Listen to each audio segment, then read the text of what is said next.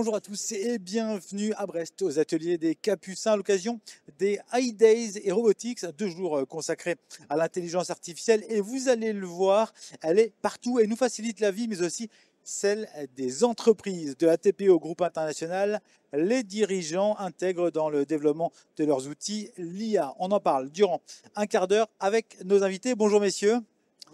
Bonjour. Romaric Bouchard, vous êtes l'un des co-dirigeants avec votre frère de l'entreprise Remorque Center à Brest, c'est ça, Pava. à Guy Pava pour être précis.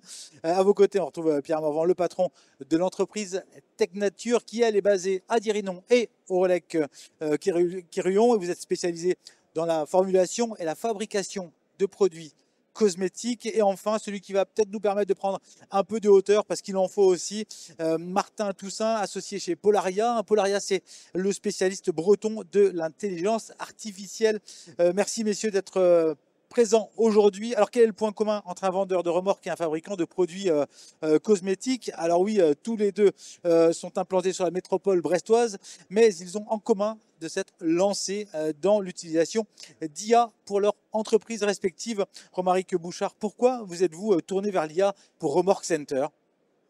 La problématique que l'on a, c'est qu'on a du mal à accueillir le client de façon optimale, en tout cas comme on voudrait, parce qu'on a beaucoup de sollicitations téléphoniques et beaucoup d'accueil physique. Donc en cas de pic, eh ben, on rate des appels, on n'est peut-être pas aussi performant qu'on le voudrait.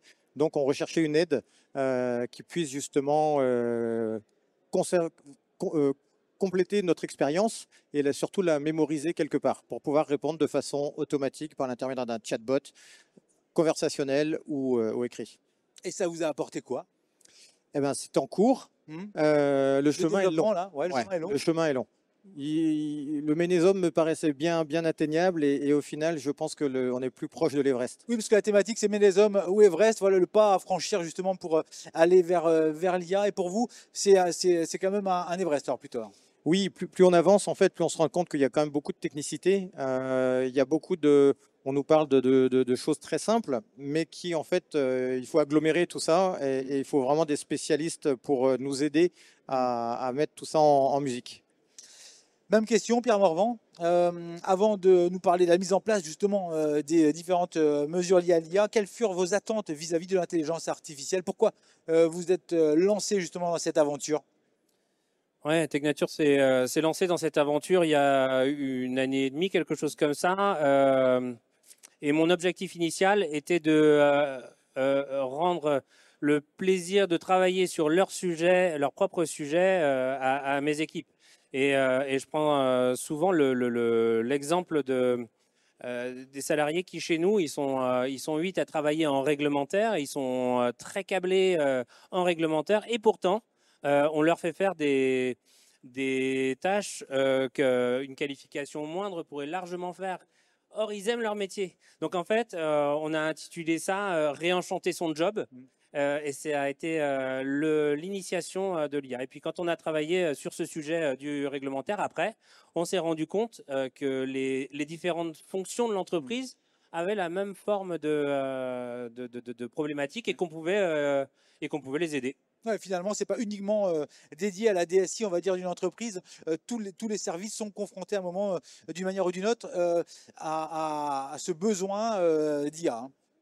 La DSI chez nous participe à l'IA, mais c'est même pas elle qui pilote. Et puis Anne Gillet est intervenue ce matin en plénière d'ouverture pour expliquer justement qu'on fait la formation aux 200 salariés que compose l'effectif.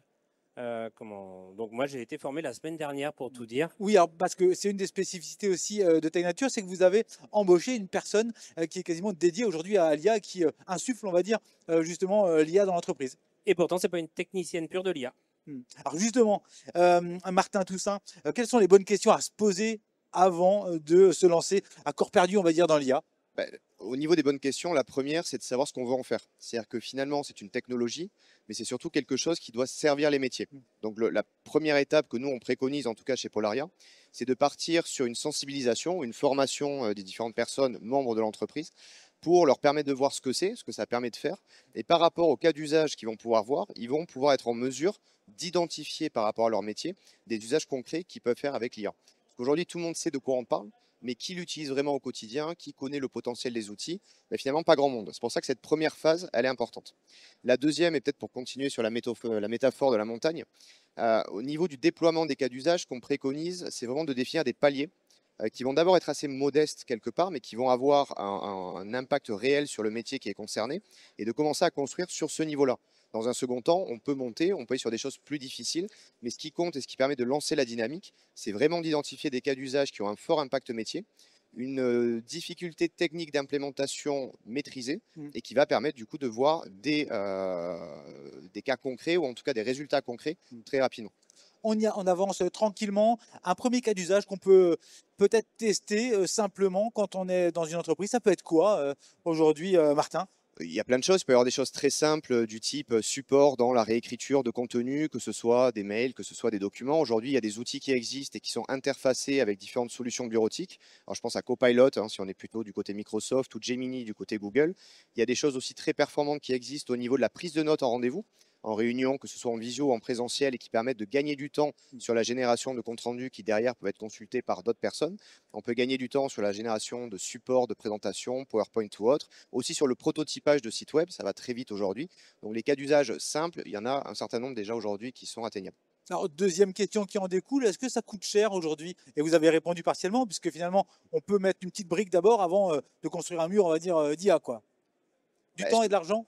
Alors, ça va prendre du temps déjà d'acculturation, ça c'est sûr. Au niveau des coûts, si on parle vraiment des outils, tout dépend de ce qu'on veut faire. Si vous voulez travailler avec des outils existants, ça va être un abonnement plutôt classique et qui va être multiplié en fonction du nombre de personnes. Si on a des cas d'usage très spécifiques où là il faut faire du sur-mesure, là ça va dépendre de la complexité et on peut monter à des budgets beaucoup plus importants. Mais sur des phases de test, nous ce qu'on préconise aux organisations qu'on accompagne, c'est tester quelques outils connus, du Gemini, des choses comme ça. Prenez quelques licences par service et voyez du coup ce que ça va susciter comme idée de cas d'usage chez les collaborateurs. Et là on est sur des budgets qui restent maîtrisés. Merci Martin. Quels sont aujourd'hui, messieurs, vos retours d'expérience dans vos entreprises respectives? Qu'avez-vous mis en place concrètement et quels sont les bénéfices pour l'entreprise que vous voyez au quotidien? Pierre Morvan, vous avez commencé à travailler dessus un peu. Est-ce qu'il y a déjà... Bon, alors déjà, qu'est-ce que vous avez mis en place et est-ce que vous avez déjà un petit retour d'expérience? Alors, ça dépend des services. Il y a des activités qui sont reprises en production et c'est vrai que l'IA aujourd'hui fait performer des systèmes relativement anciens de vision ou quoi. Et aujourd'hui, ça rend le système préhensible par les équipes. Et on n'est pas obligé de faire appel à des tiers pour mieux savoir utiliser ces outils. Donc là, on est plutôt sur la notion on va dire de big data, c'est pas un gros mot, mais qui est traité quelque part par des outils qui nous sont rendus accessibles. Ça ne l'était pas hier, ou en tout cas pas en direct. Et ça, c'est pour cet aspect plus grande quantité de données. Mais après, il y a pour tous les, on va dire les improductifs. Alors moi je suis une industrie, donc dans les improductifs, ceux qui sont pas en chaîne de production, les outils d'IA générative les font accélérer, c'est certain. Alors il reste à évaluer quelles données restent d'une confidentialité et puis quelles données peut être à l'inverse utilisées par les moyens que vous venez de citer, Gemini, ChatGPT, Co. Finalement, c'est évacuer une charge de travail aussi laborieuse et aller plus sur de l'essentiel. Moi, je pense que c'est l'IA, c'est pas pour remplacer les humains, mais surtout pour leur rendre leur cerveau. C'est-à-dire qu'ils sont en train de travailler sur leurs propres compétences plutôt que sur de la bureautique Co. Romaric Bouchard, justement, qu'est-ce qui s'est passé chez Homework Center? Qu'est-ce que vous avez mis en place et quel est le résultat au quotidien, on va dire? Alors nous, on n'a pas encore de résultats effectifs parce qu'on est vraiment en développement. Par contre, la première chose qui me vient à l'esprit, c'est qu'en fait, ça nous a aidé à structurer l'entreprise. Parce qu'en fait, l'IA, si elle n'a pas la base solide, les données rangées là où il faut et organisées comme il faut, en fait, elle fera rien, elle fera pas de miracle. Donc ça veut dire que le gros du boulot, il est à faire en amont avec toute une structuration de l'entreprise, une acceptation des collaborateurs à la nouvelle façon de travailler, d'organiser. Et suite à ça, on peut passer au step 2, qui va être l'évolution vers l'IA. comment justement ont accueilli vos salariés l'idée de travailler avec l'IA dans les différents services de vos entreprises? Bah, moi, très bien, parce qu'à partir du moment où ça les aide, ça leur fait gagner du temps et ça leur facilite la vie. Pierre Morvan? À partir du moment où ça les aide, ça leur fait gagner du temps et que ça leur facilite la vie, ils accueillent ça très bien. Faut-il aujourd'hui justement staffer son équipe avec des spécialistes IA comme a pu le faire Pierre Morvan? Nous, ce qu'on préconise, on est sur un sujet qui touche tout le monde, mais sur lequel les gens vont avoir plus ou moins d'appétence en fonction de leur personnalité, en fonction de leur profil. Et c'est tout à fait normal. Ce qu'il faut faire, selon nous, c'est identifier, alors si possible par métier, bien évidemment, des gens qui témoignent de l'intérêt pour le sujet de l'IA et qui vont faire office de référents, en tout cas d'experts en interne. Ces gens-là, ils vont être en mesure d'embarquer le reste du collectif dans la prise en main des différents outils, de la technologie, et il faut miser dessus. Idéalement, il faut donc des gens qui sont un petit peu répartis de façon globale dans l'organisation et qui sont représentatifs de tous les métiers. Et c'est ça qui va vraiment permettre finalement la diffusion de l'IA au sein du collectif. Quelles sont les erreurs à ne pas commettre si on doit donner 2 ou 3 conseils pour des entreprises qui se tâtent à y aller? Alors le premier conseil, c'est qu'il faut communiquer.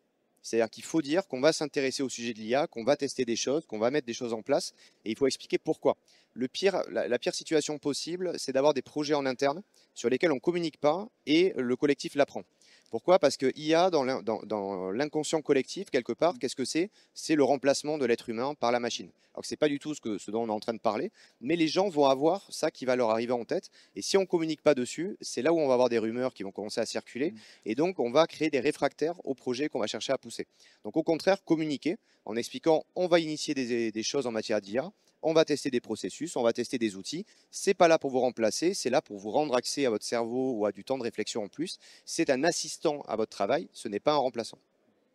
Allez, dernière question. Est-ce qu'on peut envisager justement l'avenir sans penser à l'IA aujourd'hui, messieurs, quand on est dans des entreprises comme les vôtres? Pierre Morvan? Ouais, on peut. Quand on aime bien perdre du temps, on peut.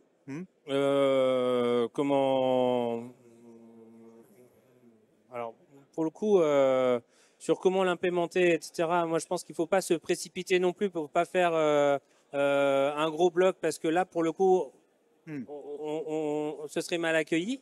Donc, en fait, il vaut mieux y aller par petits pas. Donc, il n'y a pas d'extrême urgence. Mais oui, il faut quand même le considérer. Henri Bouchard? Oui, alors moi je pense qu'effectivement il y aura un avant, un après. De toute façon, pour moi l'IA en fait c'est vraiment quelque chose qui ouvre le champ des possibles. On imaginait, on est tous dans nos entreprises, dans le quotidien, faire des choses et on fait des petits pas de progrès éventuels. Alors que du coup, avec ça, on se dit tout est possible. La question c'est comment on y va, sous combien de temps et pour quel budget. Merci messieurs d'avoir participé à cette émission. Ce fut une fois de plus passionnant parce que l'IA met les hommes où Everest, et ben un peu des deux finalement, on se rend compte, mais c'est impossible aujourd'hui de lui tourner le dos quoi qu'il en soit. Merci à vous de nous avoir suivis. On continue évidemment de parler numérique sur vos chaînes locales. Kenavo.